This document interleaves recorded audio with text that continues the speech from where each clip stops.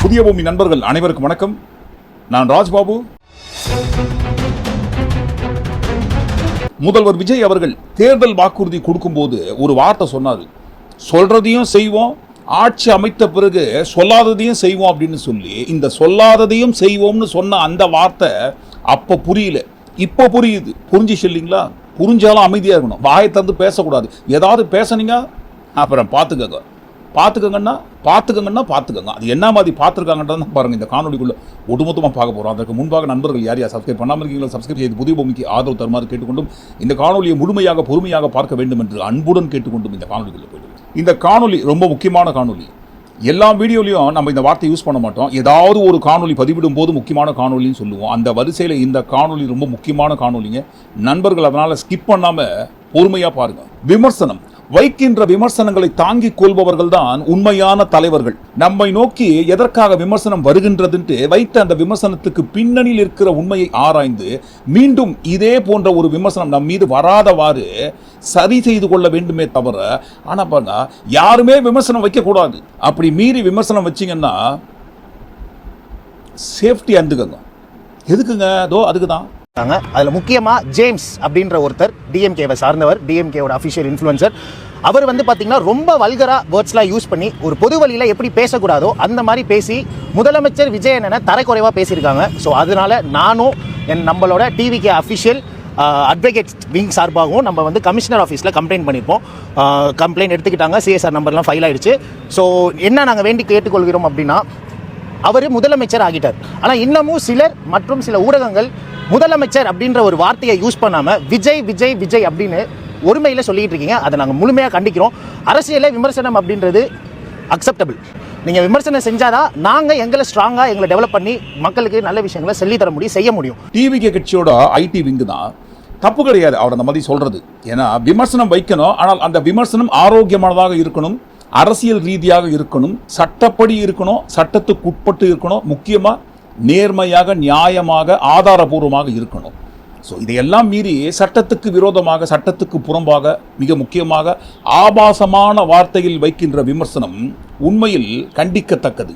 James ராஜா என்பவர் சமூக வலைதளங்களில் ஒரு வீடியோ ஒன்று பதிவு பண்ணுறாரு. கோவை சிறுமி சம்பவத்தை குறித்து விஜய் அவர்களை எதிர்நோக்கி கேள்வியெல்லாம் கேட்குறாரு. ஆனால் கேட்குற கேள்வி தப்பு கிடையாது. ஆனால் அந்த வார்த்தை அவர் அந்த வீடியோவில் அதிகப்படியாக யூஸ் பண்ணியிருக்காரு.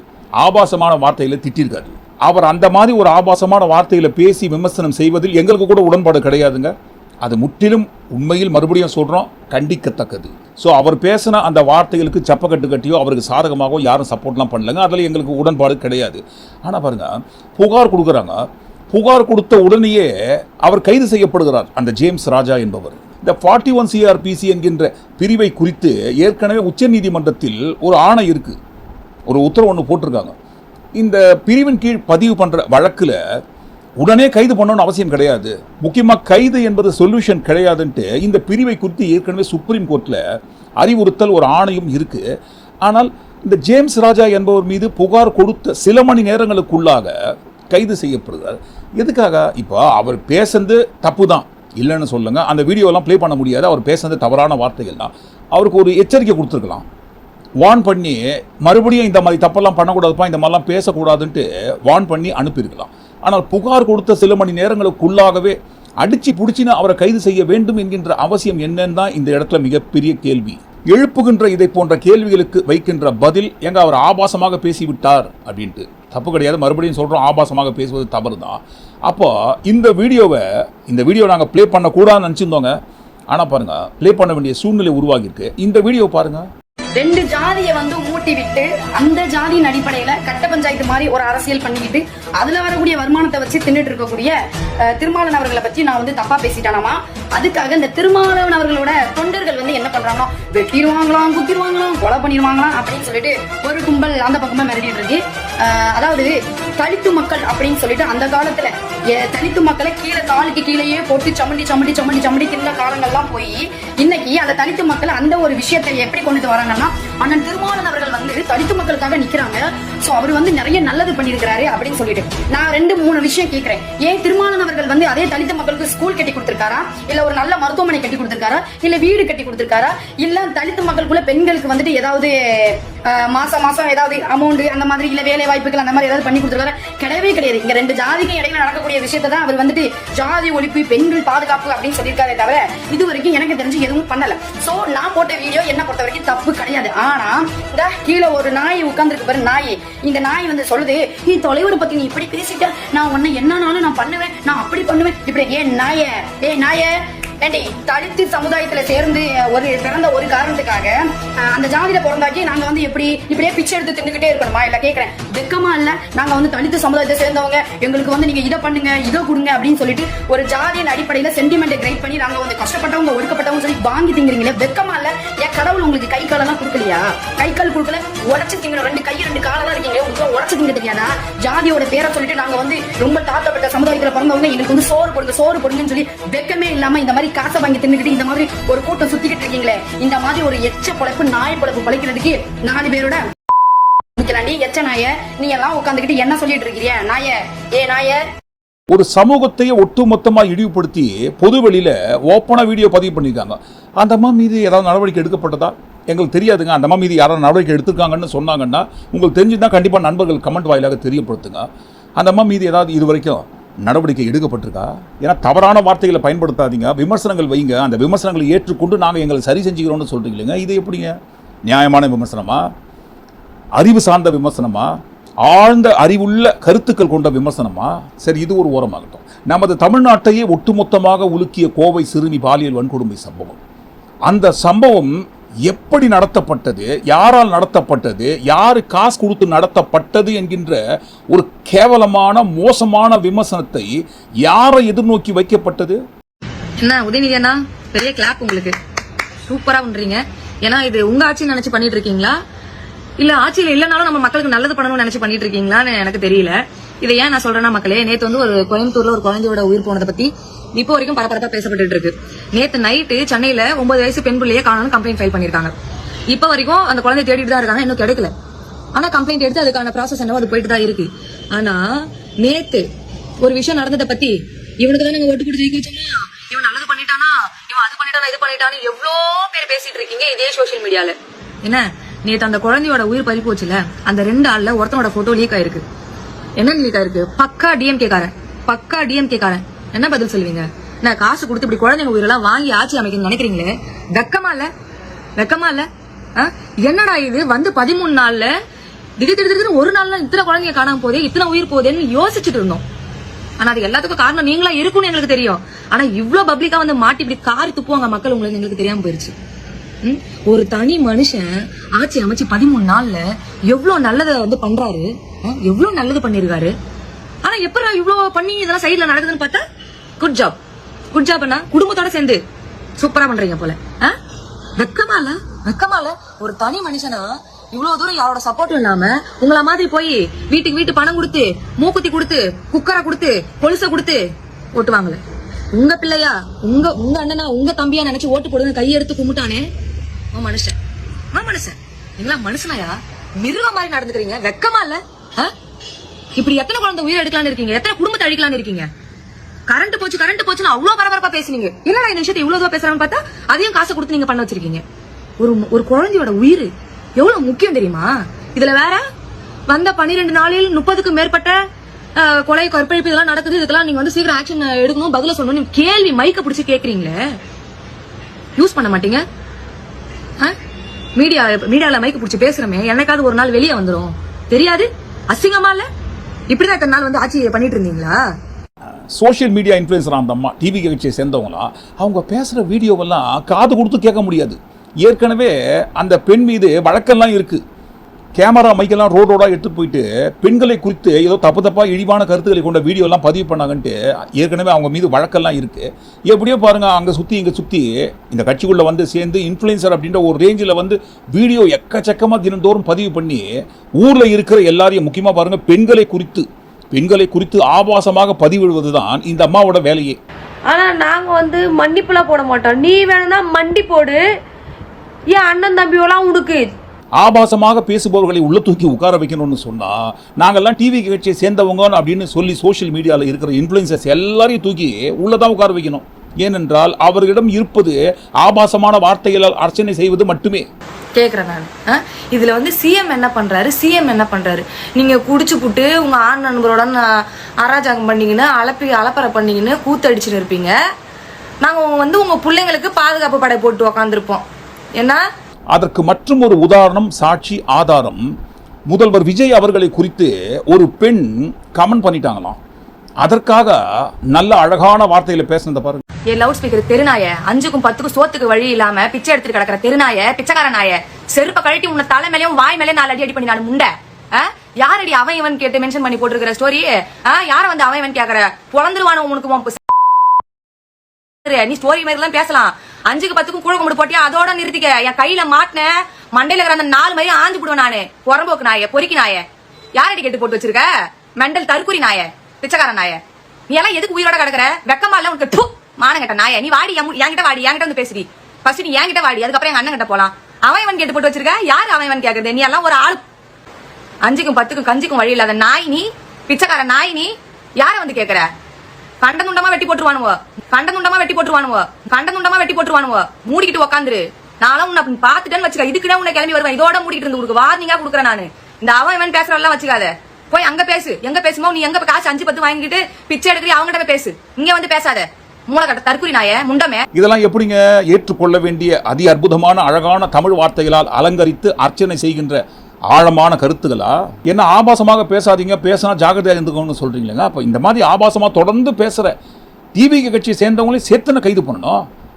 அந்த கட்சிக்கு சப்போர்ட் பண்ற சோசியல் மீடியா இன்ஃபுளுன்ஸை சேர்த்தனை உள்ள தூக்கி உட்கார வைக்கணும். உங்களுக்கு ஒரு நியாயம், மற்றவங்களுக்கு ஒரு நியாயமானு கேட்கக்கூடாது இல்லைங்களா? ஒரு ஆட்சி பொதுவாக நடக்குதுன்னு சொன்னா பொதுவானவர்களுக்கு நியாயமான முறையில் நடத்துறாங்கன்னு சொல்லும்போது அனைவருக்கும் பொதுவாக இருக்கணும். இது தப்புன்னா அதுவும் தப்பு தானுங்களே. இல்லைங்க இது நியாயம் சொன்னா அப்ப அதுவும் நியாயம் தானு கேட்பாங்க இல்லைங்களா? ஏன்னா ஒரு கண்ணில் வெண்ணெய் ஒரு கண்ணில் சுண்ணாம்புன்னு பார்க்க கூடாது இல்லைங்களா? நமக்கு யார் யாரெல்லாம் ஆதரவு தெரிவித்து நமக்கு சாதகமாக எவ்வளவு கேவலமான வார்த்தைகளை அடுத்தவங்களை திட்டி பதிவு பண்ணுறாங்களோ அதையெல்லாம் நம்ம வரவேற்று சோஷியல் மீடியா இன்ஃப்ளூயன்சர்ஸை வச்சு இன்னும் பாருங்கள் மேற்கொண்டு அந்த வீடியோக்கு சப்போர்ட் பண்ணி பூஸ்டப் பண்ணுறோமே. ஆனால் இதே பாருங்கள் நம்ம எதிர்நோக்கி யாராவது தேவையில்லாத வார்த்தையை சேர்த்து போட்டாங்கன்னா உடனே பாருங்கள் கைது பண்ணணும்னு சொல்லும்போது அப்போ இவங்க எல்லாரையும் கைது பண்ணோம் இல்லைங்களாங்க. நானும் தப்பு பண்ண மாட்டேன், அடுத்தவங்களையும் தப்பு பண்ண விட மாட்டேன். இங்கே அந்த பவர் இந்த பவர் எந்த பவரும் கிடையாது, யாருக்கும் பவர் கிடையாது, நான் தான் ஒரே ஒரு பவர் சென்டர்னு சொன்னதை அன்றைக்கே நம்ம பதிவு பண்ணியிருந்தோம். உண்மையில் நல்லா இருந்தது, அவர் பேசுறது கொஞ்சம் ரசிக்கும்படியாக இருந்தது, வரவேற்கும்படியாக இருந்தது, எல்லாருமே சந்தோஷப்பட்டாங்க நம்ம சொல்லியிருந்தோம். ஆனால் இப்போ அது நடந்ததா? நான் தான் இங்கே எல்லாம் பவர்னு என்னை மீறி எந்த பவரும் இல்லைன்னு சொல்லும்போது சாதாரண கட்சிக்குள்ளே இருக்கிற ஒரு ஒன்றிய செயலாளர் செங்கல் சூளையில் போயிட்டு 1 லட்சம் மாமூல் கேட்குறாரு வேலூரில். எங்கள் ஆட்சி தான் இனிமே, நாங்கள் தான் ஆட்சி நடத்துகிறோம், தாவேகா கட்சியை சேர்ந்த ஒன்றிய செயலாளர் நான், எனக்கு மாமூல் வேணும்னு கேட்டு தகராறு செய்ததாக அந்த செங்கல் சூளை உரிமையாளர்கள் சொல்கிறாங்க. இது சம்பந்தமாக டிவிகே கட்சியை சேர்ந்த ஒன்றிய செயலாளர் மீது 1 லட்ச ரூபாய் மாமூல் கேட்டதாக புகார் பதிவு பண்ணுறாங்க. புகார் பதிவு செய்ததற்கு பிறகு அவரே பாருங்க ஒரு விளக்கம் கொடுக்குறாரு. நான் மாமூல்லாம் கேட்டு போலங்க, அங்கே கனிம வளம் திருடப்படுகிறது என்கின்ற தகவல் எனக்கு கிடைச்சது, அதுக்காக செக் பண்ண போனேன்றாரு. கனிம வளம்னு சொல்லிட்டாரு. அப்புறம் எங்கெங்க செங்கல் சூளையில் எப்படி கனிம வளம் அப்படின்னு கேட்க போறாங்கிறதுக்காகத்தான் மண்ணு திருடப்படுகிறது, அதை தட்டி கேட்கறதுக்காக போறேன்னாரு. தப்பு கிடையாது, மறுபடியும் சொல்றோம், மண்ணெல்லாம் திருடின்னு போறாங்கன்னு சொல்லும்போது நியாயமா கேட்கணும். ஆனால் அப்படி கேட்கும்போது சட்டப்படி கேட்க வேண்டியது, புகார் பதிவு பண்ணணும், தாசில்தார்கிட்ட சொல்லுங்க, நியாயமா அதிகாரிகளை அழைத்து கொண்டு போயிட்டு மண் திருட்டு தடுத்து நிறுத்தணும். ஆனால் அதை விட்டு நமக்கு நாமே எல்லாமே சொல்லி கும்பல் கும்பலா போயிட்டு நான் டிவிகே கட்சி எங்க ஆட்சி தான் 1 லட்சம் மாமூல் கொடுங்கன்னு நாங்க கேட்க போலங்க, மண் திருட்டு தடுக்க போனேன்னு சொன்னா எப்படிங்க? இப்போ அந்த இடத்துல நான் மண் திருட்டு தடுக்க போனேன்னு சொல்ற இவர் தான் அந்த வீடியோவில் பேசுறாரு. 1 லட்ச ரூபா மாமூல் என்கிட்ட கேட்குறீங்க அப்படின்றாரு. ஆனால் அவர் பதில் வார்த்தைக்கு என்ன சொல்றாரு, இது யார் காசு கேட்டா நானா காசு கேட்டேன்னு சொல்றாரே தவிர, ஆனால் அந்த இடத்துல நீ மண்ணு திருடுன, அந்த மண்ணு திருட்ட தடுக்கிறதுக்காக நான் வந்தேன்னு அவர் டிஃபைன் பண்ணவே இல்லையங்க. அவரு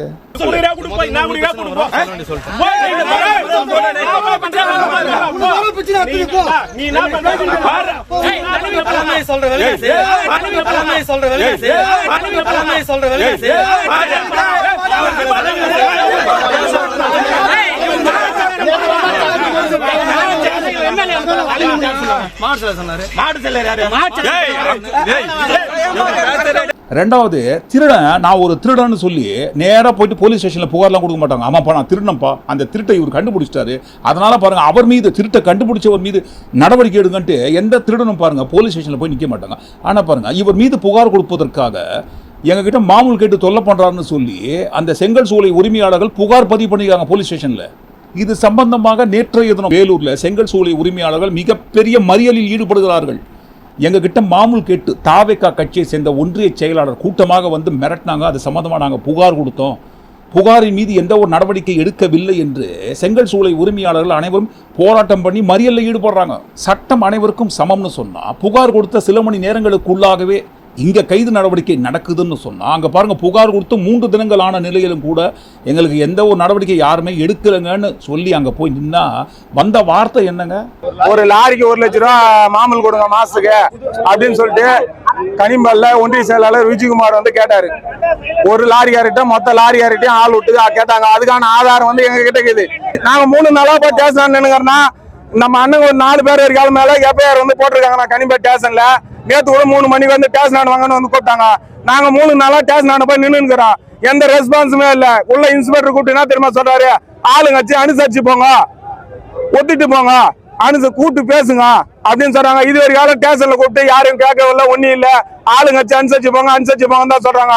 அன்னைக்கு தட்டி கேட்டு ஒரு 4 பேர் மேல மட்டும் எஃப்ஐஆர் போட்டுக்கிறாங்க. அவங்களுக்கு ஸ்டேஷனுக்கு மட்டும் 100 முறை போலீஸ் அனுப்புறாங்க ஊட்டாண்ட. யாரும் அதை பத்தி யாரும் கேட்கல, அவங்கள பத்தி இன்னும் கேட்கல. இப்ப எஃப்ஐஆர் போட்டுன்னு கேட்டா பேசிக்கலாமான்னு கூப்பிடுறாங்க. இது என்னங்க நியாயம்? இது அதுதான் சாலை மறியல் பண்றேன்னா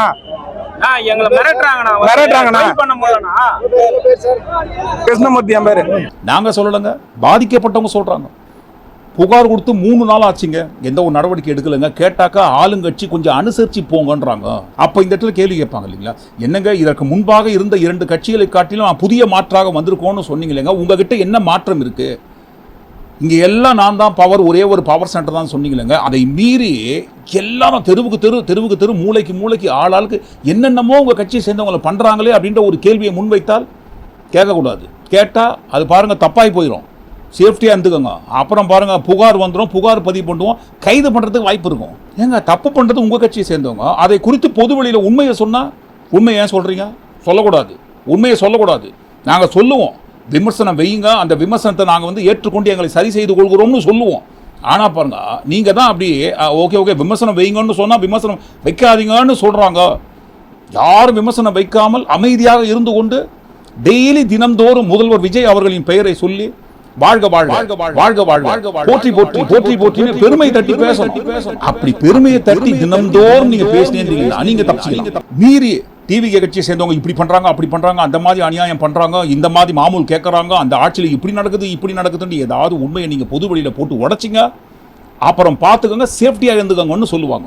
ஸோ நாங்கள் ஸ்ட்ராங்காக கமிஷனர் ஆஃபீஸில் கம்ப்ளைண்ட் பண்ணியிருக்கோம். இதுக்கு மேலே யாராவது ரிப்பீட் பண்ணிங்கன்னா இமீடியட் ஆக்ஷன் எடுத்து ரிமாண்ட் பண்ணுற அளவுக்கு கொண்டு போகிறதுக்கு கமிஷனர் மேடம் வந்து சொல்லியிருக்காங்க. ஸோ ரொம்ப சேஃப்டியாக இருந்துக்குவாங்க. அரசியலை விமர்சனம் செய்யுங்க, தப்பு இல்லை, தரக்குறைவாக பேசாதீங்க. ஸோ இது நான் ஐடி விங் சார்பாக கேட்டுக்கொள்கிறேன். ஆனால் இதே டிவிகே கட்சிக்கு சப்போர்ட் பண்ணுறவங்க ஒரு சமூகத்தையே இழிவுபடுத்தி பேசினா கூட அவர்கள் மீது நடவடிக்கை பாயாது. ஏன்னா ஆளுங்கட்சியை சேர்ந்தவங்க, ஆளுங்கட்சிக்கு சப்போர்ட் பண்ணி எவ்வளவு மோசமான வார்த்தைகளை ஒரு சமூகத்தை இழிவுபடுத்தும் வகையில் பேசினா கூட, பதிவு பண்ணா கூட அவங்களை நாங்கள் கைத்தட்டி வரவேற்று லைக் பண்ணுவோம். அவ்வளவு. எங்க நேற்றைய தினம் நீதிமன்றத்தில் வழங்கிய தீர்ப்பு இரட்டை மரண தண்டனை, தமிழ்நாட்டையே மொத்தமாக உலுக்கிய விளாத்திக்குளம் பாலியல் வன்கொடுமை சம்பவம் மார்ச் மாதத்தில் நடந்தது இல்லைங்களா? சம்பவம் நடந்து குற்றவாளியை கைது பண்ணி 76 நாட்களில் வழங்கப்பட்ட தீர்ப்பு.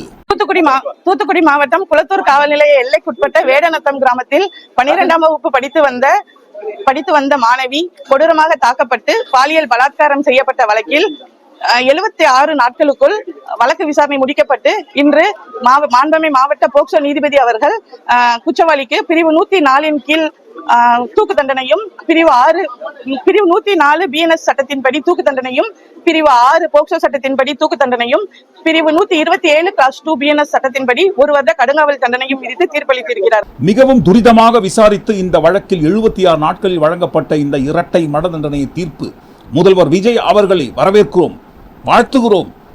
மாபெரும் தீர்ப்புன்னு சொல்லி விளம்பரம் பண்ணினுக்கிறாங்க சோஷியல் மீடியாவில். அந்த விளம்பரம் பண்ணும்போது லைக் பண்ணி ஆஹா ஓஹோன்னு நீங்களும் பாருங்க புகழ்ந்து கமெண்ட் பண்ணணும். விஜய் அவர்களது ஆட்சியில் வழங்கப்பட்ட இந்த தீர்ப்பு வரவேற்கிறோம் வரவேற்கிறோம். என்னப்பா நீங்க வந்து 5 நாள் தான் ஆச்சு 76 நாட்கள்னு சொல்றாங்களே, சொல்றாங்கன்னா சொல்றோங்க, சொல்றதை கேட்டுக்கணும். முதல்வர் விஜய் அவர்களால் தான் இதை போன்ற தீர்ப்பு வந்ததுன்ட்டு பாருங்க. அப்புறம் பாருங்க வார்த்தைக்கு வார்த்தை முதல்வர்னு சொல்லணுமா, விஜய் அவர்கள்னு தப்பி தவறி கூட பேரை மட்டும் சொல்லக்கூடாதான், சொன்னாலும் தப்பான். அப்படி சொன்னாலும் வழக்கு வருவதற்கும் வாய்ப்பு இருக்குன்றாங்க. இருக்கட்டும், அந்த ஒரு வாய்ப்பு இருந்துட்டு போட்டோம். விஜய் அவர்களின் ஆட்சியில் இதை போல வந்திருக்கு தீர்ப்புன்னு சொன்னா நீங்களும் வரவேற்கணும். சோஷியல் மீடியாவில் பதிவு பண்ணி புகழ்ந்து தள்ளணும். அதை விட்டு இது திமுக ஆட்சி காலத்தில் தொடரப்பட்ட வழக்குங்க, மிகவும் போராடி துரிதமாக இந்த வழக்கை முடிச்சிருக்காங்க அப்படின்னு சொல்லக்கூடாது. உண்மையை சொல்லக்கூடாது, உண்மையை சொல்லவே கூடாது. இந்த வழக்கில் கடந்த 28/4/2026 அன்று முன்னாள் முதலமைச்சர் மு.க. ஸ்டாலின் அவர்களின் அறிவுறுத்தலின் பேரில் ஸ்டேட் பிபி ஜின்னா சார் அவர்களின் பரிந்துரையின் பேரில் நான் சிறப்பு அரசு வழக்கறிஞராக நியமனம் செய்யப்பட்டேன். இன்று இந்த வழக்கு நல்ல ஒரு தீர்ப்பு கிடைக்கப்பெற்றுள்ளது, விரைவான தீர்ப்பு கிடைக்கப்பெற்றுள்ளது. இது எல்லாமே பாருங்க விஜய் அவர்கள் ஆட்சி அமைத்த பிறகுதான் நடந்திருக்குன்னு நாங்க சொல்ற பொய்யை ஏற்றுக்கொண்டு அப்படியே நீங்களும் வந்து பரப்பணும். ஏங்க இதெல்லாம் தப்பு இல்லைங்களா? தப்பே கிடையாதுங்க. இதுக்கெல்லாம் தப்புன்னு சொன்னா தமிழ்நாடே பேசினுக்கிற அந்த கோவை சிறுமி பாலியல் வன்கொடுமை சம்பவத்திற்கும் திமுக சம்பந்தம் இருக்குங்க. திமுக கட்சியை சேர்ந்தவங்க தான் பாருங்க திமுக காசு கொடுத்து இதை போன்ற சம்பவத்தை நிகழ்த்திட்டாங்கன்ட்டு அப்பேற்பட்ட அநியாயமான பொய்யை பேசுனவங்க மீது நாங்க ஏதாவது நடவடிக்கை எடுத்தோமா? என்னம்மா இப்படிலாம் பண்றீங்களேம்மான்னு ஒரு எச்சரிக்கையாவது கொடுத்தோமா? கொடுக்கல. நேத்து அந்த குழந்தையோட உயிர் பறி போச்சுல, அந்த 2 ஆள்ல ஒருத்தனோட போட்டோ லீக் ஆயிருக்கு. என்னன்னு லீக் ஆயிருக்கு? பக்கா டிஎம்கே காரன். என்னடா இது வந்து 13 நாள்ல திடீர்னு ஒரு நாள்ல இத்தனை குழந்தைங்க காணாம போதே, இத்தனை உயிர் போதேன்னு யோசிச்சுட்டு இருந்தோம். இப்படி எத்தனை குழந்தை உயிர் எடுக்கலான்னு இருக்கீங்க? எத்தனை குடும்பத்தை அழிக்கலான்னு இருக்கீங்க? பூஸ்டப் பண்ணிக்கங்க, தப்பு கிடையாது. ஆனா பாருங்க யார் அந்த வீடியோ பதிவு பண்ணாங்களோ அந்த அம்மாவே அந்த வீடியோ டெலீட் பண்ணிட்டாங்க. ஏனென்றால் நேற்றைய தினம் அவதூறு பரப்பியதற்காக அவர் மீது திமுக வழக்கு பதிவு பண்ணியிருக்காங்க. மேலும் தொடர்ந்து எக்கச்சக்கமான வழக்குகள் பதிவாகி வந்த நிலையில் அந்த வீடியோவை அந்த அம்மாவை டெலீட் பண்றாங்க. ஆனா பாருங்க இந்த இடத்துல எங்களுக்கு ஒரு சந்தேகம். சோஷியல் மீடியா இன்ஃப்ளூயன்சர்ஸ் அநியாயத்துக்கு ஆபாசமா பேசுறாங்க, அவதூறு பரப்புறாங்கன்ட்டு திமுக புகார் கொடுத்து இந்த மாதிரி பேசுற டிவி கட்சிக்கு சப்போர்ட் பண்ற டிவி கட்சியை சேர்ந்த சோஷியல் மீடியா இன்ஃப்ளூயன்சர்ஸ் பதிவு செய்யற வீடியோலாம் டெலிட் பண்ணணும்னு சொன்னா சோஷியல் மீடியாவே காலியாயிடுமே. ஏன்னா அவ்வளவு அவதூறுகள் அவ்வளவு ஆபாசமா பேசியிருக்காங்க. திமுக புகார் கொடுத்து வீடியோவை டெலிட் பண்ணணும்னு சொன்னா ஒட்டு மொத்தமா டெலிட் ஆயிடுங்க. ஆபாசமான வார்த்தைகளை தாண்டி அவதூறுகளை தாண்டி எந்த ஒரு ஆழமான சிந்தனை கொண்ட அறிவார்ந்த அரசியல் ரீதியான கருத்துக்கள் எதுவுமே அவர்களிடம் கிடையாது. அது ஆட்சிக்கு வருவதற்கு முன்பாகவும் சரி, ஆட்சிக்கு வந்ததற்கு பின்பாகவும் சரி, ஒரே நிலையில் தான் அவங்க இப்பவும் அவதூறு பரப்புவதை ஒன்றையே தான் வேலையா பார்த்துருக்கிறாங்க. அப்படி புகார் பதிவு செய்யணும்னு சொன்னா எக்கச்சக்கமானவர்கள் மீது புகார் பதிவு பண்ணணும். அரெஸ்ட் பண்ணி உள்ள தூக்கி வைக்கிறாங்க, அவதூறு பரப்பி ஆபாசமா பேசாங்கன்னு சொன்னா டிவிகே கட்சியை சேர்ந்தவங்கள முக்காவாசி பேரை உள்ள தூக்கி உட்கார வைக்கணும். அது கட்சி ரீதியாக மட்டும் கிடையாது, சினிமா ரீதியான விமர்சனங்கள். நடிகர் விஜய், நாங்க இப்ப முதல்வர் விஜய் அவர்களை குறித்து சொல்லுங்க, நடிகர் விஜய் நடிகராக இருந்த காலத்து நடிகர் விஜயை குறித்து சொல்றோங்க. நடிகர் விஜய் அவர்களின் ரசிகர்களுக்கும் நடிகர் அஜித்குமார் அவர்களின் ரசிகர்களுக்கும் சோஷியல் மீடியாவில் பதிவு பண்ற இந்த வார்த்தை போர் இருக்கு இல்லைங்களா, அந்த வார்த்தை போரை படிச்சு பார்க்க முடியாது, அவ்வளவு மோசமா இருக்கும். என் அண்ணனை பத்தியா பேசுற, பாக்குறியா நீ யாருன்னு உன் குடும்பம் மொத்தமா தோண்டி உன் குடும்பத்துல இருக்கிற ஒருத்தர் கூட விடாம மார்பிங் பண்ணி போடுறோம். 7 தலைமுறையை தோண்டி திட்டுவாங்கலங்க. அப்பத்துல இருந்து இப்ப வரைக்கும் இதையே தான் பாருங்க சோசியல் மீடியாவில் மிகப்பெரிய வேலையாக பார்த்து கொண்டிருப்பவர்களை உள்ள தூக்கி உட்கார வைக்கணும்னு சொன்னா மொத்த பேரையும் தூக்கி உள்ள உட்கார வைக்கணும். ஆனா இன்றைக்கு ஐயோ என்னப்பா இது, நம்ம ஆட்சிக்கு எதிராக தேவையில்லாத விமர்சனம் வைக்கிறாங்களே, விமர்சனம் யார் யாரெல்லாம் பண்றாங்களோ அவர்கள் எல்லாம் கைது பண்ணி யாராவது ஒருத்தர் உள்ள தூக்கி உட்கார வச்சு எல்லாருக்கும் பயம் பொறுத்துங்க, பயம் வர வைங்க. பயம் வர வச்சு எனக்கு எதிராக யாராவது விமர்சனம் பண்ணாங்கன்னா அவங்களுக்கு இந்த நிலைமை தான்ட்டு காட்டணும். இது போற போக்கில் 1991, 96 அந்த காலகட்டத்தில் நடந்த சர்வாதிகாரி ஆட்சியை போல மீண்டும் வெர்ஷன் 2.0 மாறுவதற்கும் வாய்ப்பு இருக்கு. என்னப்பா நாங்க ஆட்சி அமைச்சு 10 நாள் தான் ஆச்சு, 5 நாள் தான் ஆச்சுன்ட்டு ஏதாவது கேள்வி கேட்டா நாட்கணக்கை எண்ணி காட்டுறோமே. இப்போ வந்த 15 நாட்களுக்குள்ளாக எப்படி நம்மை குறித்து யாராவது பேசினாங்கன்னா தூக்கி உள்ள உட்கார வைக்கணுன்ற சர்வாதிகாரத்தை மட்டும் எப்படி வருதுங்க? 5 நாட்களுக்குள்ளாகவே மாற்றம் வேணுங்க. மாற்றம் வேணும்னு கேட்டோம் இல்லைங்களா? இதுதான் மாற்றம். நீங்க கேட்ட மாற்றம் அப்படியே வழங்கப்பட்டது. தூம் தாத்தா. மறுபடியும் சொல்றோம் ஒன்ஸ் அகைன், குறை சொல்வதும் கேள்வி கேட்பதும் ரொம்ப சுலபம், ரொம்ப ஈஸி. ஆனா பாருங்க, பதில் சொல்ற இடத்துல இருந்து பார்த்தாதான் பதில் சொல்றது எவ்வளவு கஷ்டம்னு தெரியும். கேள்வி மட்டுமே கேட்டிருந்தோம், இப்ப பாருங்க பதில் சொல்ற இடத்துக்கு வந்துட்டோம். பதில் சொல்ற இடத்துக்கு வந்ததற்கு பிறகு இவ்வளவுதான்ப்பா பதில். நீங்க என்ன நினைக்கிறீங்க? ஒட்டுமொத்தமா எல்லாத்தையும் கூட்டி கழிச்சு இந்த காணொலிக்குள்ள வந்த எல்லா மாற்றம் சம்பந்தப்பட்ட விஷயங்களை குறித்தும் யாராவது விமர்சனம் வச்சீங்கன்னா பார்த்துக்கங்கன்னு சொன்ன இந்த மாற்றத்தை குறித்தும் நீங்க என்ன நினைக்கிறீங்க? கண்டிப்பா உங்க கருத்துல தவறாம பதிவிடுங்க. மீண்டும் நாளை காணொலியில் நாம் சந்திப்போம். நன்றி, வணக்கம்.